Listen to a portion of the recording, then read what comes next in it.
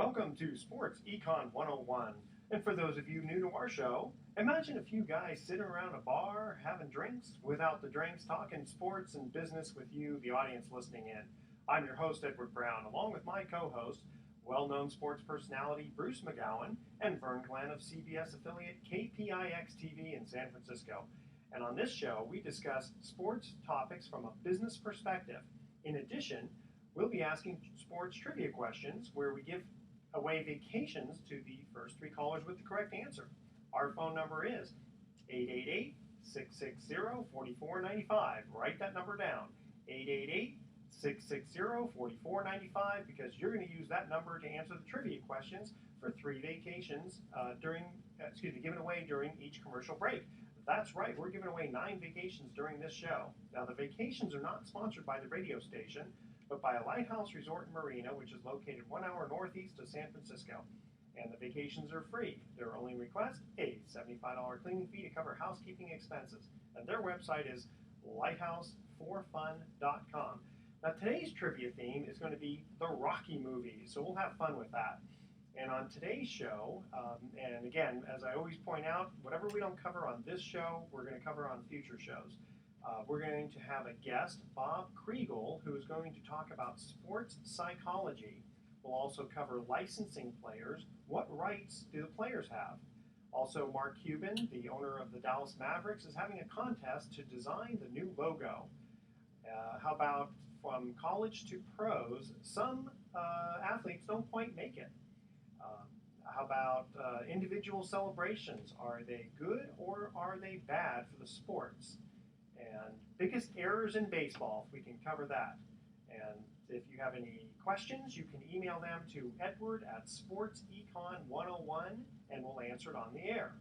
And this segment is sponsored by this segment of Sports Econ 101 is sponsored by IRA Services Trust Company, providing self-directed retirement accounts with more choices, diversification, and among the lowest fees in the industry.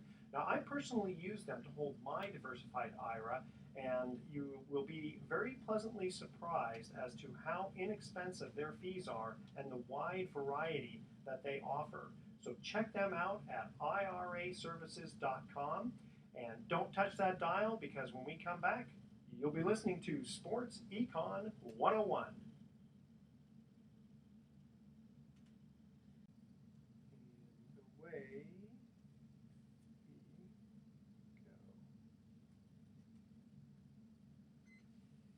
Welcome back to Sports Econ 101. I'm Edward Brown, your host, along with my co-host, Vern Glenn and Bruce McGowan. And we have a special guest here, Bob Kriegel, who is the author of the international bestseller. Ready for this? If It Ain't Broke, Break It. And Sacred Cows Make the Best Burgers. So, Bob, tell us about psychology when it has to do with sports. Well, one of the things that we did was I, along with Dave Megacy, who was a linebacker for the Cardinals, we started in 1972 either one of the first sports psychology institutes in the country. And we used to go around, we've worked with Olympic teams, Dave was with the NFL Players Association, we did work with them. I did a lot of work, I used to meet regularly with Tony La Russa when he was with the A's and coached Olympic teams. So, a lot of work, and I wrote a book called Inner Skiing, which is all about the inner game. And Ski Magazine sponsored us. It made the New York Times bestseller list, and they sponsored us for 5 years with, ski clinics all over the world. Great gig. And so what I've been doing recently is I give keynote speeches at big major conferences, kind of motivational, and I use a lot of sports metaphors and examples as a way to talk about to people who are working about how they can excel in whatever job that they're doing. And recently I've been talking a lot about, taking risks, breaking rules. Well, I was going to mention that because I noticed on one of your videos you had there about Fosbury and how he was #1 at the time that he invented the flop. Well, one of the things that I talk about is that these days it's really dangerous in business to keep doing the things that have always worked for you, because the world is changing so fast. I mean, the digital era is like, changing the way we communicate, the way we get information, the way we buy products, the way we get entertainment, everything. So you can't use yesterday's thinking in today's game. And one of the things that I do is I talk about the difference between playing to win and playing not to lose. And one of the examples I give is that last year, the U.S. was playing Mexico in soccer, and prelude to the World Cup. And Mexico was favored. We'd never beaten Mexico. And what happened is we went out there. We were aggressive. We were on the offense. We're being creative, trying new things. Boom, got a goal. We're ahead 1-0. That's what playing to win is. What happened? Then they changed their strategy, and they started, let's maintain the lead. Let's do that. They started playing defense. Rather than trying to score, they tried to prevent Mexico from scoring. The whole thing didn't work. Mexico won 2-1. Yeah, it's sort of like the best offense. The best defense is the good offense. That sounds to me like broadcasting. That's what happens in broadcasting. You get a station that's working well, and they decide to change it because they don't think it's good enough, and then they find out, oh, we should have stayed with the original format. So, Bob, you come ram-roaring in just to kind of preach staying away from the prevent defense, so to speak, right? Pretty much, yeah. Hey, when you work with these coaches and with these athletes, is it that they're locked up in some method of thinking? They just you just kind of like almost use a psychological key that kind of unlocks things and it kind of makes them see things a certain way, and then they just play better? That's the idea, definitely. I mean, it's not as easy as all that. But, one of the things that I talked about a lot when I worked with the Expos when they were up in Toronto and then down in Miami and with Tony's guys, was I would talk to hitters. Here you have a baseball player. They're the hardest thing to do in any sport. And, you have to be so focused when you are up at bat. Well, I would talk to them. What are you thinking before you go up to bat? Now, if you're thinking, geez, that guy struck me out last time in the curveball, I better watch out for that, then you're going to strike out again because you're not going to see the ball as well. You're going to be tense. You're going to be a little tight. You're going to try too hard, and you're not going to be really in that great zone where you're at your best. You mentioned Dave Megacy. I didn't mean to interrupt, but you mentioned Dave Megacy, though, and that's a guy, to me, I would think that you could bounce some ideas off of here because he challenged a lot of he challenged the NFL and wrote a book about it, a famous book. That Dave and I used to give talks, and he was the bad guy and I was the good guy. And, it was like if you watch the games today and you watch sometimes, you see these hitters, they're swinging too hard. They're swinging for the fences, they're behind, and, you get Pablo and he just looks like he's going to swing out of his shoes. And you never do well. It's like golf. When you watch these guys and they hit great, there's, it's a little less. They're not going for everything they can. They're swinging rather than at a 10, which is the top. Maybe they're at a 7 or an 8. Yeah, but Bob, aren't there other factors involved in that? I mean, these guys, especially baseball players, some might be in a contract year, some might be pressing to justify the money they're making. Some are just in the old-fashioned slump, and they're just trying to break out of it without the use of a slump buster. But that's for another show. No, but Loose the hands, idea though, right? is Baseball? exactly what you're saying. What happens when you're in a slump? What happens when it's a contract year? Is you start trying too hard, and when you try too hard, you don't perform well. And why did it work for Barry Zito? We've been on this guy for the last 5 years since he got that $126 million contract. Now all of a sudden we think Bruce, like last year and a half, he's like figured it out. Well, the thing about pitching, though, Vernon, and I know that our guest knows this too, as do you, Edward, that it's just one little adjustment you make, and you don't even know sometimes that you're making it, and one little small, subtle thing happens, and all of a sudden everything is working, and you don't know how it happened. It's the same thing where it doesn't work. Something you change one little thing and it started to. Well, Linda come talk the other day about, I forget what it was, when somebody made an error or he threw it well. He said it threw me off.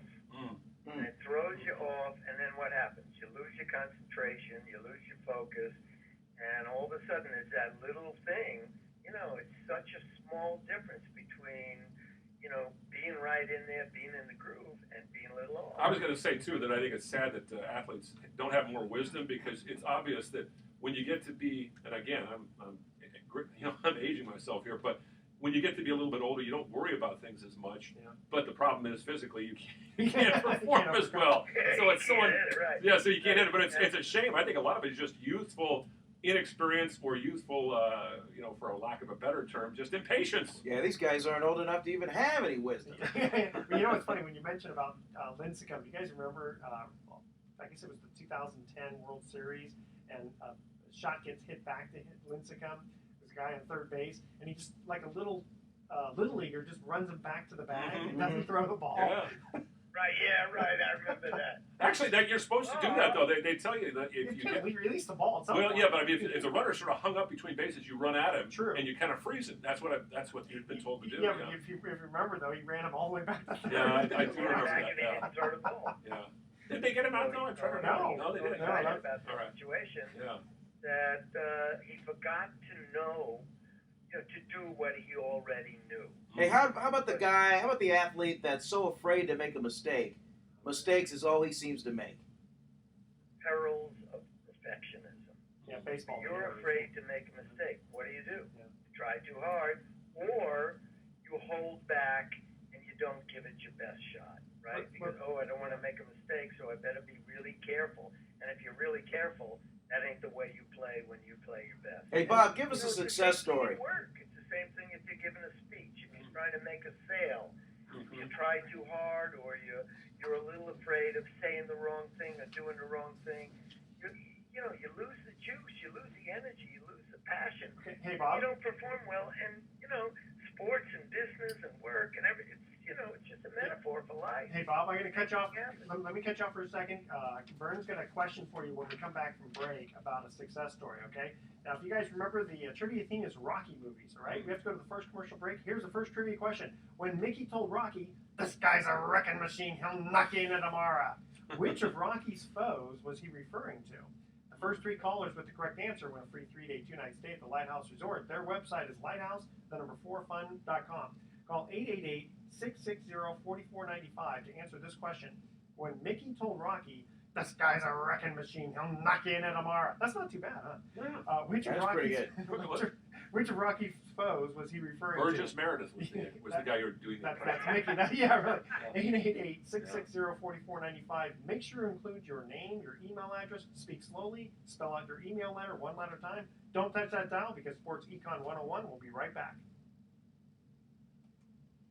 Okay, good. All right. Yeah, these segments go fast. All right. Yeah, we want to hear. Incredibly successful. Great. Okay, all right, we'll get into that. All right, so let's come back from break. Pass it on to my boys. Especially swimming. Okay, here we go.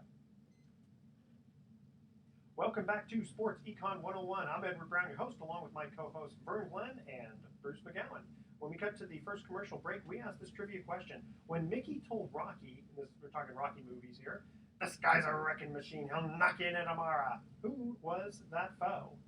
You're asking me? Now I'm asking you. Oh, I'm going with Clubber Lang. Clubber Lang, Clubber Mr. Lang. T. Mr. T. I would have picked either Apollo Creed or that Russian guy, Dolph Lundgren. Oh, Dolph Lundgren, yeah. Mr. T is the He didn't guy. have any lines in that movie, did he? No, he just looked mean. He looked down at Rocky and like, I'm going to kill you. Yeah, but did Mickey die during the club? In the club, yeah, the Clubber Yeah. Lang, he died, and then in the fourth one, Apollo Creed died. Yeah, right? that's Hit right. around and Yep. he goes, "If he dies, he dies."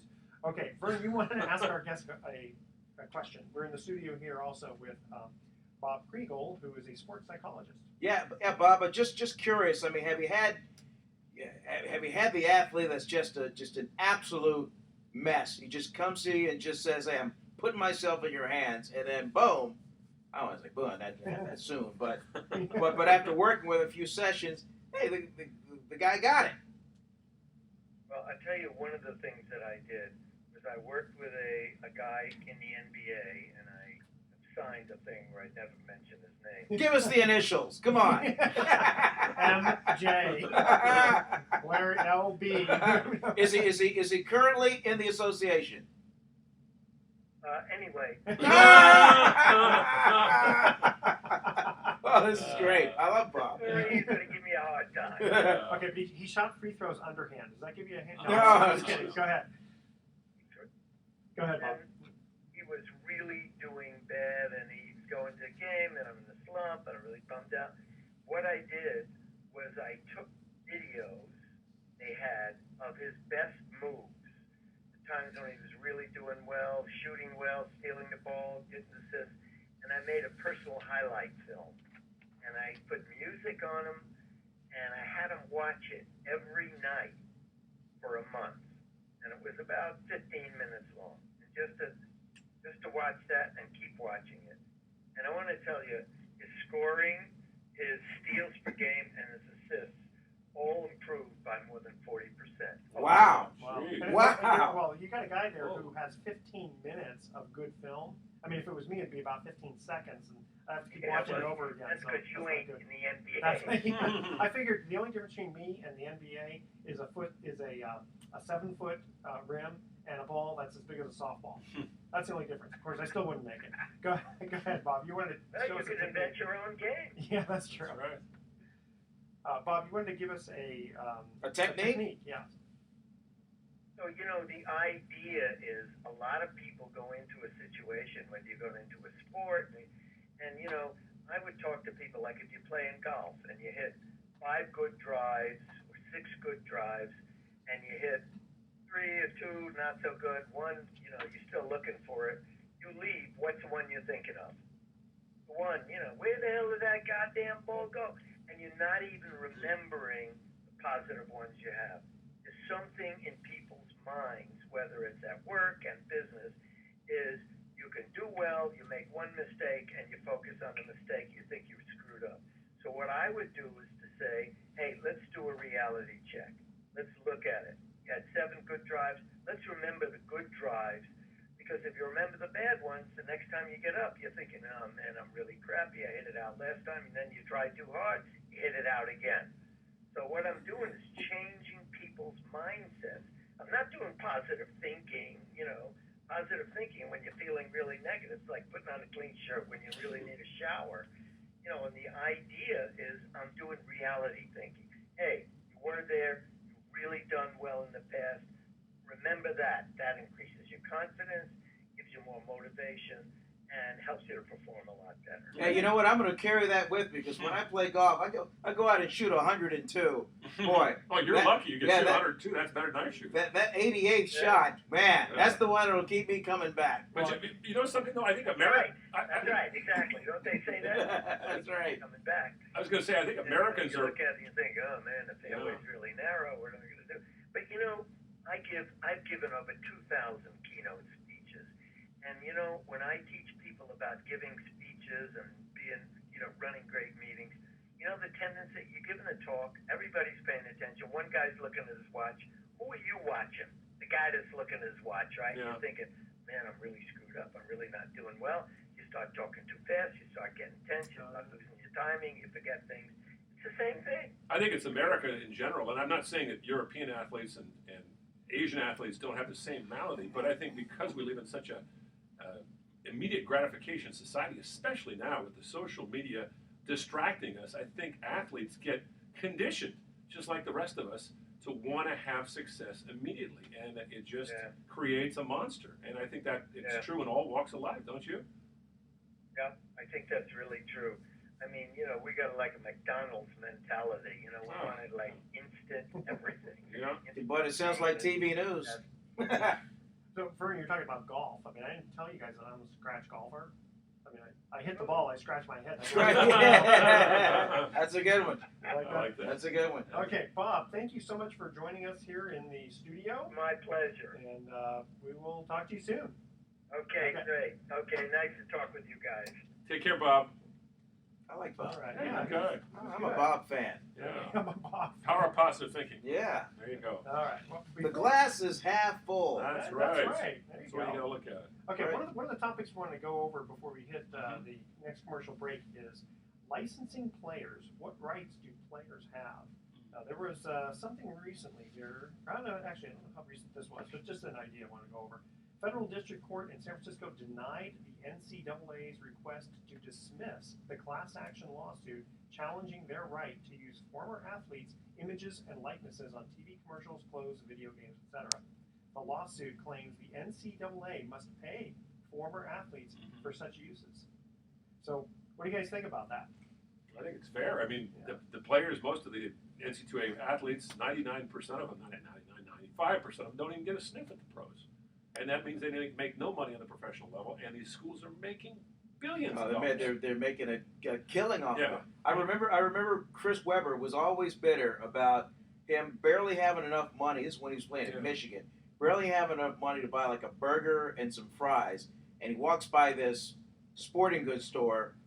Right in the showcase window, the Chris Webber jersey for, I don't know, $88 or whatever, and it's just flying off the shelves. He's like, man, well, I can't get a little piece of that. I understand the flip side of it too. When people say, well, they're getting a free education, but not every student who is going to school is having to take a full load and be going to practice and be subject to that kind of pressure. So it's a little different. I don't know. There's so many onion layers behind that. I mean, the full scholarship, the partial scholarship. Yeah. Well, we'll give you some money here. There's the term red shirt, gray shirt. There's all. It's just you make your head explode. You guys remember Ed O'Bannon? Sure.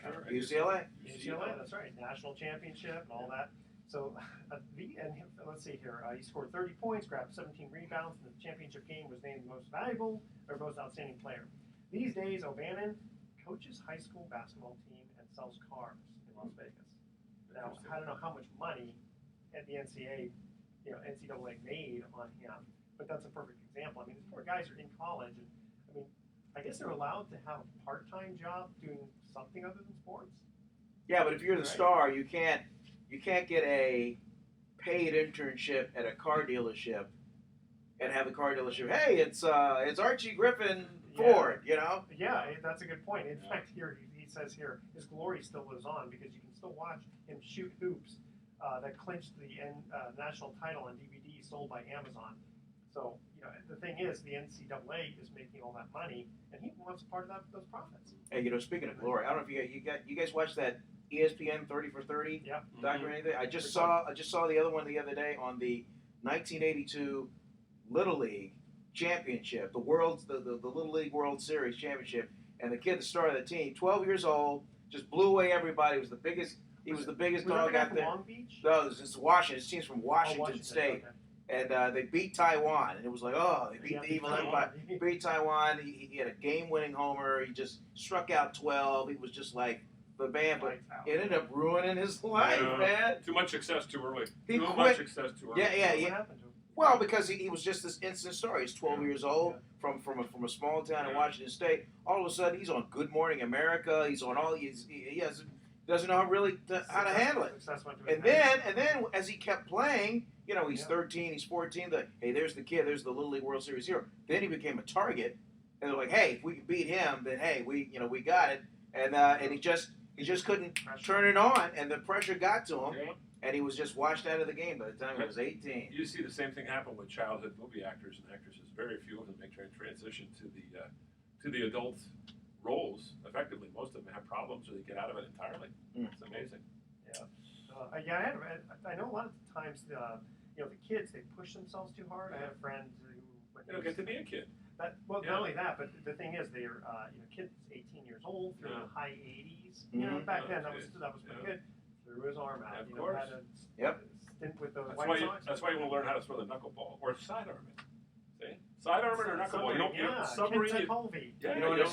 As a parent, you guys has alluded to the fact that I have a couple of swimmers in the family that are having a great deal of success. Well, my youngest one, who just aged up to 9, because when you're 8 and under, you swim 25 yards. It's just one length of the pool. That's it.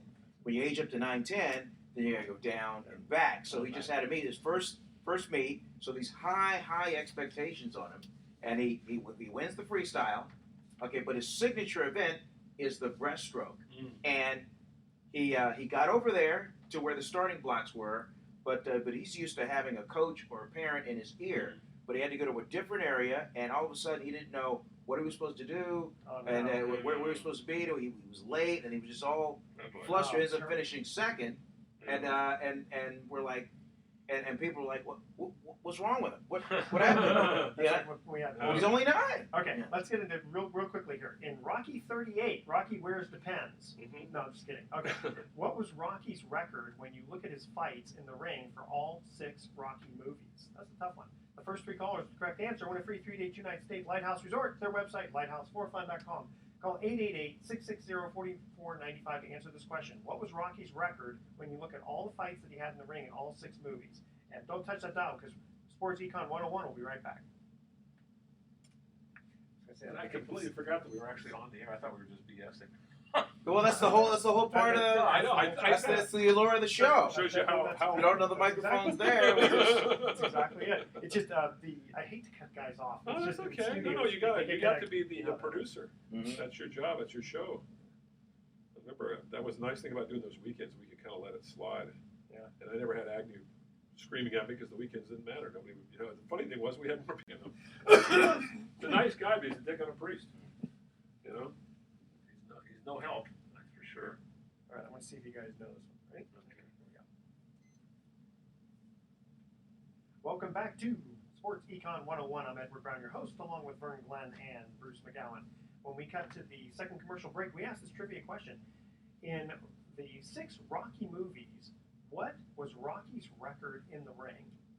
I'm going to say 9 and 2. 9 and 2. In 6 movies. Yeah, 9 and 2. He's very tired. I'm gonna go 4 and 2, Edward. You're very close. 4 wins, 3 losses. Wow. Okay, now 4 and 3. Okay. now In so 6 movies. yes, But the numbers don't add up. okay. Well, here we go. Okay. First of all, in Rocky 1, a lot of people forget this. He beat Spider Rico in the beginning of the film. Oh, that's right. It was right. It's a short. Oh yeah, I forgot about that Yeah, guy. yeah. Okay, all right. In Rocky 2, he loses to Apollo Creed. Excuse me. Wait. I'm First sorry, Rocky, I'm sorry. yeah. So he's Okay, 1 and okay, 1 okay. coming out of the first I'm Rocky. sorry. Yeah. Okay. So in Rocky 1, he wins Spider Rico. He loses to Apollo Creed. Yep. Isn't that a draw? I thought it was a draw. No, No, man, he you can't, lost. man. You got to decisively beat the champ. That's it. Okay. Now in Rocky 2, he beats Apollo Creed. Okay. In Rocky 3, he loses to Clubber Lang. Then he beats Clubber Lang. Same movie. Right. In Rocky 4, he beats the Russian. Right. Okay. In Rocky 5, Thanks to Apollo Creed, right? Who loses to the Russian? No, gets killed. Gets yeah, he killed. gets Yeah. killed, and then Apollo Creed's trainer ends up training Rocky. Right. Okay. In 5, there was no. The only fight was a street fight with That's him and right. Tommy Guns. Not those Right. count. And in 6, he loses. John Wayne's nephew. Is that right? grandson? Is that right? Wow. Yeah. Is that right? Yeah. Tommy Good Guns? movie knowledge there. Okay. And then in number 6, he loses to Mason the Lion Dixon. Did you guys see Rocky 6? No. I did not see. I was rockied out by the time the Was 6 he? one came. Rocky That was 5, I actually good. vaguely remember Rocky That was 5. terrible. Yeah. Rocky 5 was bad. Yeah. Okay. And this That was a money The grab. first one was the best. The first ones are always the best. With the I exception kinda like of, number 3 too. although I have to say the Alien movies, Aliens 2 was the best one. Sigourney And Weaver when she actually, was killing all the those aliens. Godfather 2, I thought was better than Godfather. Really? 1. Yeah, I Okay. did. Around the corner, the sequel to Anchorman 2 is going to be. Oh my god. Oh, that one. I They say it passed could be on. the best. That could be better than the first I one. think I'll I skip. hope so. Yeah. All right. Okay, here's Ron Burgundy. Yeah. Here was an Stay interesting fact, sexy. though. Okay, while filming Rocky, both Stallone and Carl Weathers, remember he Sure. played for Former Raider. Former Raider, that's right. Suffered injuries during the shooting of the final fight. And here's the funny thing, strange. Stallone suffered bruised ribs, and Weathers suffered a damaged nose, which was the exact opposite of what their characters had. Mm-hmm. Remember? That's right. Apollo Creed gets the Mhm. ribs, and Yeah. he gets the broken nose for the That's right. first time. Okay, let's see here. I thought this was kind of cool. Okay, you guys know Mark Cuban, Sure. Dallas Mavericks. And I don't know, do you ever watch him on Shark Tank? No. Fun play. He's great on that. Okay, That's a so, reality TV show? yeah. It's Okay. basically it's like guys who are Was he it's like on the- venture capital. Was he on The Apprentice too? He might have been. Yeah. Okay, so the Mavericks had not updated their look since the 2001-2002 campaign. All right, so it could use a little change. Things get stale, right? So he wants to. So basically, here's what Cuban did. He wanted the fans to provide the team's new uniforms. Oh boy. Okay, so instead of going to a PR firm, paying that and all that, he basically sends it out to the crowd. So the thing is, a lot of people go, "Oh, he's just being cheap." Well, no, Cuban's not a cheap guy, and he I think he's, it's one thing to play on the fans, issue, back and forth. He's going to get more ideas. Yeah, more maybe so. I think it's more creative. Exactly. Credit. Yeah. But here's the catch. I thought was kind of cool. Who will own the design? Now, the way he says it here, the minute you post it, the Mavericks will. Ooh. He says if you think it's horrible that the Mavs own your design, don't post it. But if you think it's cool that the Mavs, this is from Cuban himself, that the Mavs could possibly use your design and you'll have eternal bragging rights, then post it. Okay? And he says he may even throw some tickets in there. And it says if your design is close, if not identical to other designs, we'll pick one of them. And for whatever reason, if you don't get picked, that's the way it Sounds goes. like a cheap way to get some creativity. I see it in radio. Again, I don't mean to sound cynical, but I see radio stations hiring super fans, and some of them are actually pretty good. Yeah. But I mean, it's the same thing. Get the most for the cheapest. Okay. He's a smart businessman. I think partly, though, it's still just interaction with the fans. Oh, sure. Yeah. He says if we don't choose any of the designs, including yours, then we don't choose any of the designs. That's life in the big city. Move on. And so, people talk about, all the ethics of this, again, him, taking from the public. But actually, I think what he's trying to do, I think it's smart because what happens if someone else comes up with a design that's kind of close to somebody else? Each one's going to say, no, that's mine. And there's going to be a big lawsuit. Mm-hmm. So I think he's being really smart by just saying, we're not going to pay anybody. Yeah. We're just going to donate it, and if we pick it, we pick it. Very, very, very smart to me. Makes sense, yeah. Okay, so then I'm reading this thing here, too, and it says that the New Orleans Hornets announced their existence. They're going to change the name. Did you hear that? Yeah, they're going to be the Pelicans. The Pelicans. That's the state bird. Yeah, well, it makes for Louisiana. That makes sense. That was the old, what was it, Charlotte Hornets? Yeah. No, to the Bobcats. And then, Charlotte wants to change the name back to the Hornets. Yeah. Oh, okay, that'll be just a little confusing, but. And they're the Bobcats. They were the Bobcats. Because I was looking at this and I'm going... Indigenous to North Carolina. Well, how about the L.A. Lakers? I mean, they used to be the Minneapolis Lakers. There are no lakes in L.A. That's how they got their name. Come on. I know. I got to thinking about this. I thought, okay, New Orleans Hornets. Hornets, a scary kind of creature, right? In theory. Ever been stung by one? Yes. Not so funny then. Yeah. And the Pelicans, I mean, I guess it's because the state bird, because I'm thinking, ooh, scary, intimidating Pelicans. How about the frogs? What's next? The Sharks are going to change their names to the Minnows. I mean, you got to get something kind of intimidating out there, right? The Pelicans aren't intimidating. Hey, if the Sharks had lost the other night, they would have been Minnows. True. Well, what are the athletics supposed to be anyway? Is that the sport? Is that? I guess it's supposed to be that big elephant, isn't it? Remember? The white elephant. The white elephant that came from New York too. But John McGraw, this is going way back. John McGraw, the manager of the New York Giants, did not want to play the Philadelphia A's because they were the American League, and he said they're a bunch of white elephants. Yeah, look at them. There's a bunch of white elephants out there. That was an insulting. And so Connie Mack thought, hey, I like that. We're elephants. So he used a little logo of an elephant. And that's why so athletics, though, I'm kind of guessing that it came along the same lines. The Giants, apparently the way they got their name was because some of the guys were really tall. Actually, it was the manager of the team was so excited one time. This guy named Jim Butry back in the 1890s, I think. He said, oh, my boys, my Giants. And he meant superlatives, and that's basically what it was. I mean, that's what I've heard. Okay. Maybe you've heard different. Well, I'll buy that. Because some of these names they come out with, the Louisville Colonels, I like that. The minor league names are great. I love the Louisville Colonels. That's great. Yeah.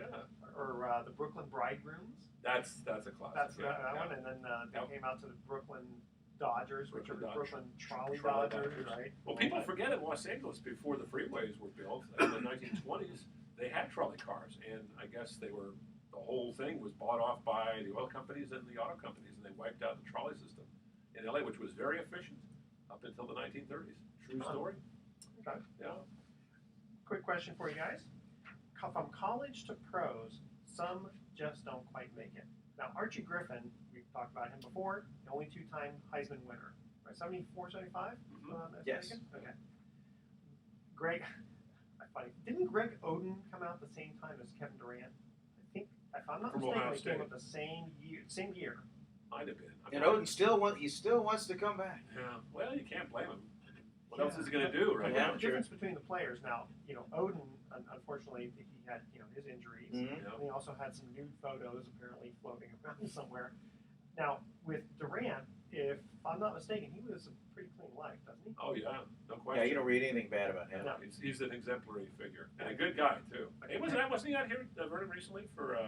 He was out here when they were playing the Warriors. He came to a Giants game and actually held court with the media. In fact, my son, I have a picture. My son got an autograph from him. It was caught on TV, Nice, and they later played it on that night. sweet. What's the size difference? Between Jake and Kevin Durant. Actually, he was taller because Durant was down in the dugout and Oh, he there was you go. standing on top of the dugout. Okay, that works. Yeah. But now, why do you think? I mean, Case also like Cal Ripken. We talked about him, very very clean life. Why do you think some of these college athletes, who are just fantastic in college, don't quite make it? Systems that they're in. They're playing in a system that's comfortable to them. They don't have any injury problems, maybe. The right coach. Pete Maravich played, I think, about 8 years in the NBA and never was a great player in the NBA. But in college, he was unbelievable. Still holds the record, But doesn't he? 45 points average. But he played for his dad, Mm-hmm. and his dad understood him, and he also could do things that no college athlete could figure out a way to stop him. In the pros, they could, figure out a way to do going it. from college to pro. Oh, now boy. you might as well just go from 30 miles an hour to 60 miles an hour in Yeah. the left lane. I mean, it's just cranked up Yep. so much more, and I mean, here we are, a bunch of beer swilling guys talking here. But I mean, Wait, did you who bring the won't beer? know? Did I forget it today? But it's just a whole. It's very true. Even the elite college athlete. I mean, well, it's one of the canned responses we get when training camp comes is, man, boy, the speed of the game. Yeah. Man, I had no idea it was Football this players. fast. You mentioned football. Oh, yeah. I mean, the football is it's amazing. The pro and the differences between the pro and the college, and the way they hit each other. Oh my gosh! I mean, these Okay, guys. well then, how come some of these players who were just decent in college do really well in the pros? Again, you get the right system.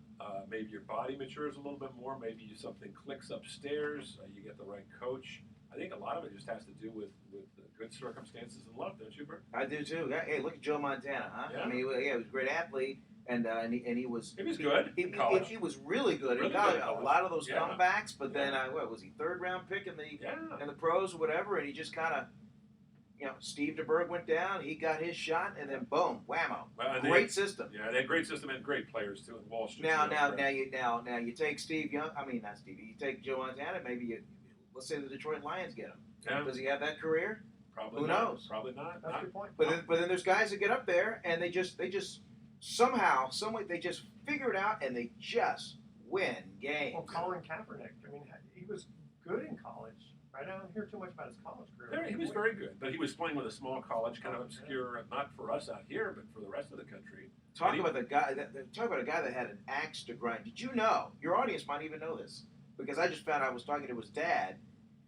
When he was at Nevada, he was begging for Jeff Tedford to come watch him throw. Wow. And Tedford was going to come, and then something happened for whatever reason. He ended up not showing up.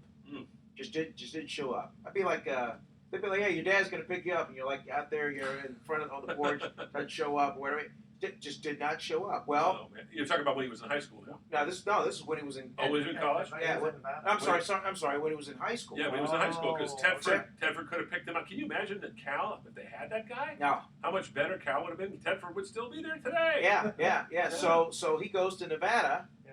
and then when they play Cal, look what on national TV. That's right. Yeah. He shredded. He Yeah. took Cal and tore him apart. Yeah. That was the beginning of the end. Oh for my Tedford. God! That really was. It was unbelievable. Yeah. That's a great story. I did not know that. That's a great story. Mm-hmm. Had the axe to grind. Wow. Jim Valvano could have had Julius Erving. No. And his brother Bob said, "Hey, you got to go see this kid." Yeah. And so for whatever reason, Jim kind of half-heartedly went and looked at him and I can't play for me. Can't believe that was done. That was Julius Shocker. Erving. Jeez. And he goes to UMass. And the rest is And history. when Jim was at Iona. Wow. Yeah. Okay, we're going to cut to our third and final commercial break. Here's the trivia question. Again, the theme is the Rocky movies. In the original Rocky, which professional boxer makes his cameo appearance? First three callers with the correct answer are going to win a free 3-day, 2-night stay at the Lighthouse Resort. Their website is lighthouse4fun.com.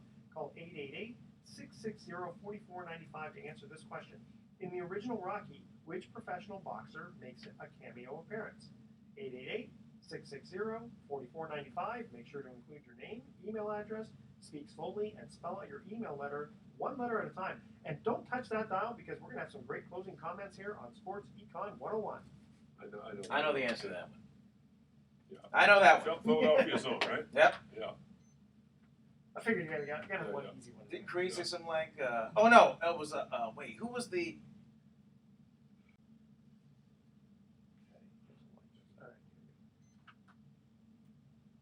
Welcome back to Sports Econ 101. Again, I'm Edward Brown, your host, along with Vernon Glenn, my co-host, and Bruce McGowan, my co-host. When we cut to the third commercial break, we asked this trivia question. In the original Rocky movie, which professional boxer makes a cameo appearance? I'm gonna let Vernon tell. I know it, but Vernon and I both know it. I'll just quote the Miller Lite commercial. If you order a beer, do it like Smoking Joe. Order a light beer from Miller and say no more. Smoking Joe Frazier. Smoking Joe Frazier. That is correct. And one of the things we wanted to talk about, Vern, you were mentioning about Super Bowl 2006. Coming to the Bay Area in 2016. Nice. February 7th. They announced it earlier, and every Bay Area media group that you could think of outside of us doing this show were at that Santa Clara press conference down at City Hall. And man, that is really going to be something. I'm telling you, the center of Bay Area sports is slowly moving south. You got the Sharks there, the 49ers are already there, and they've been practicing there since 1988. Their facility's there. The A's are trying to get there. I don't know if they ever will because the Giants are standing in their way.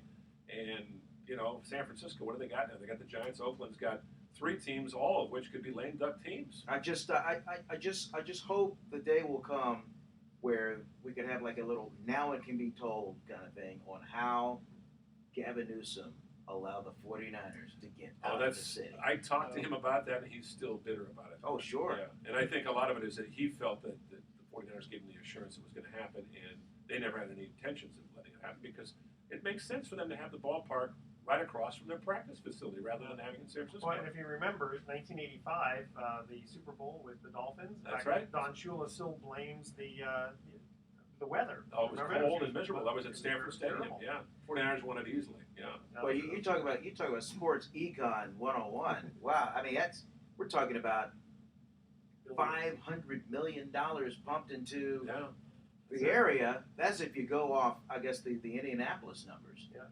Okay, I want to thank my co-hosts, Vern Glenn and Bruce McGowan, for joining me again today. Here's our thoughts for the day. In the immortal words of Yogi Berra, I'm not going to buy my kids an encyclopedia. Let them walk to school. And it's tough to make predictions, especially about the future. And with those words of wisdom, we invite you to tune in next week to Sports Econ 101, where we discuss sports from a business perspective and give away vacations for answering sports trivia questions. Thanks for listening. On behalf of our team, I'm Edward Brown. We'll see you next week. So long. 1 second to spare. Excellent. So we can do this real quickly. I think what we'll do, if we can get to this time, we'll get to the next time, is to get the email time. Unless you guys I know why you're coughing. It's the dryness in the air. That's the one bad thing about office buildings. There's no open windows, so you get this